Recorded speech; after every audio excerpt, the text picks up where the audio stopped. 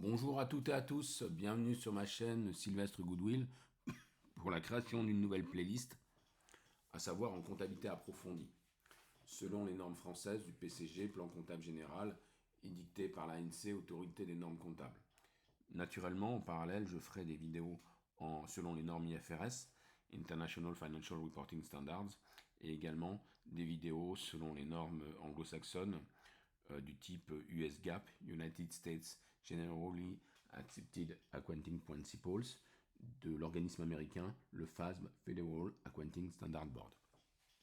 Bon, j'ai décidé de commencer par les contrats à long terme en comptabilité approfondie.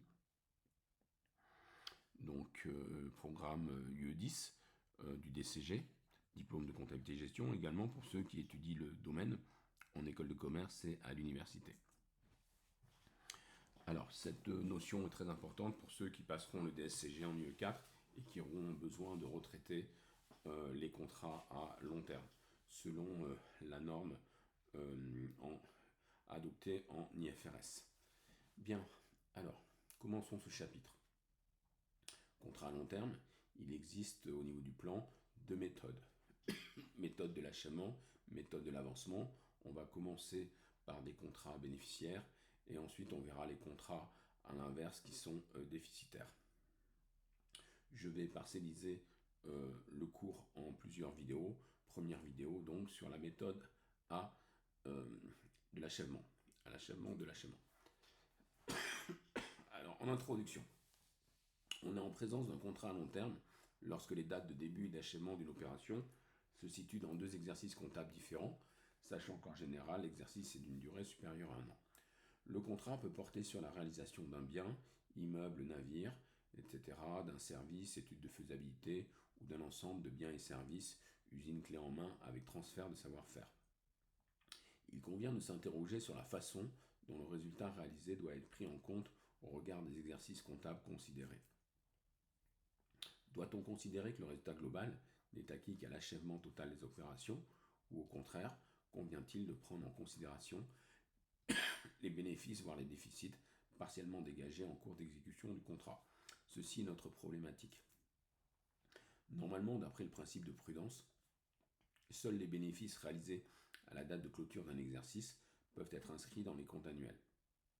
Mais le Code de commerce précise que peut être inscrit après inventaire le bénéfice réalisé sur une opération partiellement exécutée et acceptée par le co-contractant lorsque sa réalisation est certaine et qu'il est possible au moyen de documents financiers et analytiques prévisionnels d'évaluer avec une sécurité suffisante le bénéfice global de l'opération. Deux méthodes comptables sont alors applicables, soit la méthode de l'achèvement, soit la méthode de l'avancement. Commençons par la méthode de l'achèvement. Selon cette méthode, respectant le principe de prudence, le résultat provenant du contrat n'est considéré comme acquis qu'au moment de l'achèvement total des opérations. Le principe. À la fin de chaque exercice comptable, il convient de faire apparaître au bilan la valeur du bien ou de la prestation de service en état d'encours à son coût de production. L'accroissement de valeur sur chaque exercice n'a aucune incidence sur le résultat tant que le bien ou la prestation de service n'est pas achevé, puisqu'il est évalué au coût de production inscrit dans les charges. Si l'on fait la synthèse en une écriture du coût de production engagé dans un exercice comptable, bien sûr, il y a eu plusieurs écritures qui ont été passées, mais je considère que je fais une synthèse pour mieux visualiser. Nous avons le coût d'achat des matières premières consommées, avec les comptes 601 6031, la somme avec leur signe du 6031, le 64 charges de personnel, 68 dotation aux amortissements des immobilisations utilisées pour la fabrication. Nous avons payé l'essentiel de ces charges. Bon, il y a des charges aussi qui ne donnent pas lieu à décaissement, c'est la dotation aux amortissements. C'est la raison pour laquelle en face du 68 dotation, j'ai mis un amortissement, puisque l'investissement a été payé à la base. Bon, bref. Donc là, nous cumulons les petits x, x1, x2, x3. Nous avons l'équilibrage de l'autre côté, bien évidemment. Et donc là, on constate le coût de production engagé dans l'exercice comptable, avec x1 plus x2 plus x3 égale grand X, coût de production de l'exercice. Maintenant, à la clôture de chaque exercice, en considérant une activité industrielle, par exemple la construction d'un paquebot au chantier de Saint-Nazaire, On constate l'écriture suivante. Donc, l'élément est en phase de production, donc il est évalué à son encours de production. On inscrit à l'actif au patrimoine du bilan de la société qui crée le bien en question. Donc nous avons un compte 33, 331 stock de produits en cours pour X l'accroissement de valeur de l'encours dans l'exercice comptable. Avec en contrepartie un 713, variation de stock de produits en cours qui vient contrebalancer indirectement les charges qui ont été enregistrées dans l'exercice. Et donc nous voyons qu'il n'y a pas de déficit ni de gain, nous avons simplement un résultat nul, donc il n'y a pas de résultat si vous voulez en quelque sorte sur l'exercice comptable considéré tant que la livraison n'est pas effectuée. Le PCG préconise d'enregistrer deux écritures, l'annulation du stock initial, puis la constatation du stock final. Ce qui revient au même en termes en net, en termes d'impact sur le résultat de l'exercice, de prendre l'accroissement au cours de l'exercice en termes de produit du coût de production. Nous allons concrétiser avec l'exemple suivant. Nous avons un contrat signé en N. La livraison est prévue en N+2. Le prix de vente hors taxe est de 1 380 000. Acompte reçu en N+1, 500 000 hors taxe. Coût engagé en N, 323 000. Coût engagé en N+1, 494 000. Donc, le coût total constaté sera qui correspond aussi au coût prévisionnel, de 1 150 000. Ici, je considère qu'il n'y aura pas une révision du coût. Donc, nous considérons que nous aurons au final, in fine, à avoir un résultat qui correspond au prix de vente moins le coût total constaté, donc 1 380 000 moins 1 150 000, c'est-à-dire plus 230 000 de bénéfices. Bien, donc dans un premier temps, sur l'exercice N, le premier exercice, excusez-moi, c'est pas la grande forme. Alors sur le premier exercice, on va avoir donc le coût engagé en N 323 000, comme nous le voyons à l'écran. Donc nous savons que la charge a été constatée, compte 6, bon bref, pour 323 000. Maintenant nous inscrivons l'actif au bilan, donc 323 000, et nous contrebalançons les charges avec le 713 indirectement. Voilà. 323 000. Constat de l'accroissement en cours au coût de production. Alors c'est le premier coût de production parce qu'on est sur le premier exercice. Donc là vous avez coût engagé dans l'exercice au niveau de l'impact sur le résultat de N, compte de résultat, 323 000, production stockée en cours 323 000, on fait la différence produit moins charge, résultat sur l'opération 0. C'est QFD ce qu'il fallait démontrer. Voilà. Maintenant nous sommes sur l'enregistrement de l'acompte. Alors l'acompte, il est d'un montant de 500 000 sur le deuxième exercice. L'acompte est de 500 000 sur le deuxième exercice. Oui, j'ai bien mis N plus 1. Alors, donc, nous avons, il s'effectue dans l'exemple hors taxe car la TVA est exigible à la livraison pour les biens.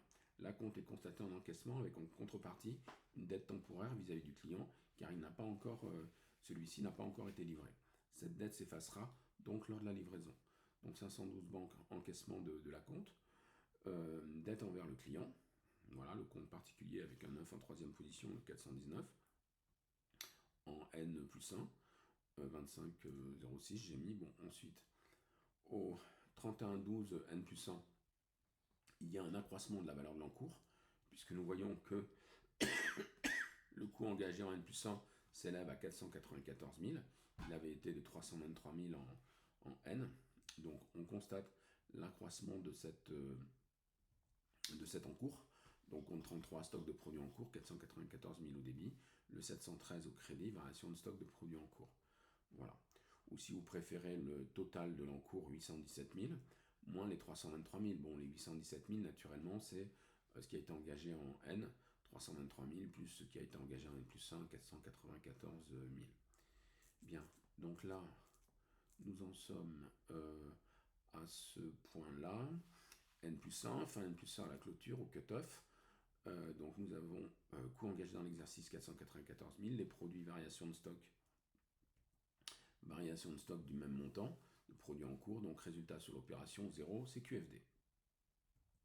Maintenant nous passons à l'exercice de livraison, de fin de production et de livraison.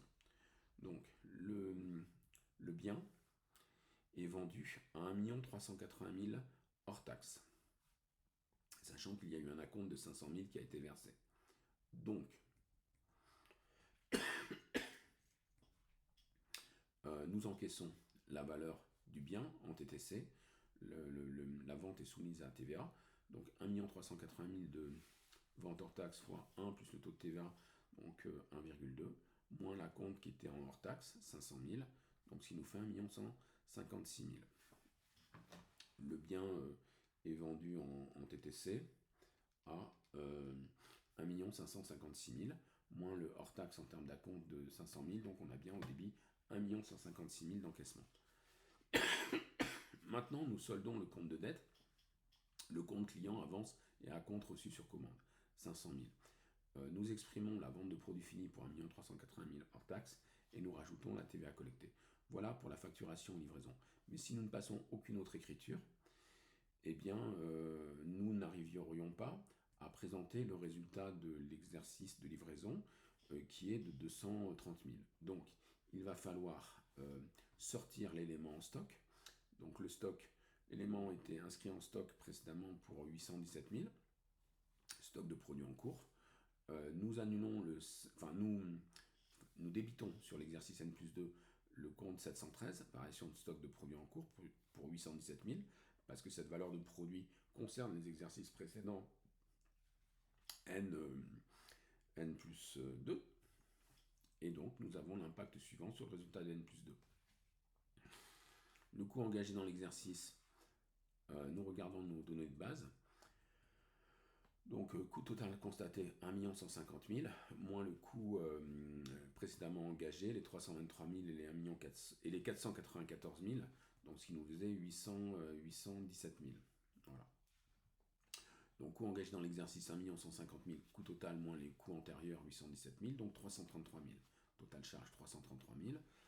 Les ventes lors de la livraison, donc 1 380 000, moins la variation de stock, le compte 713 ici qui a été débité de produits 817 000, donc ce qui nous fait les produits imputables à N+2 563 000, moins les charges de N+2 333 000, donc 230 000, c'est bien le résultat que l'on devait exprimer.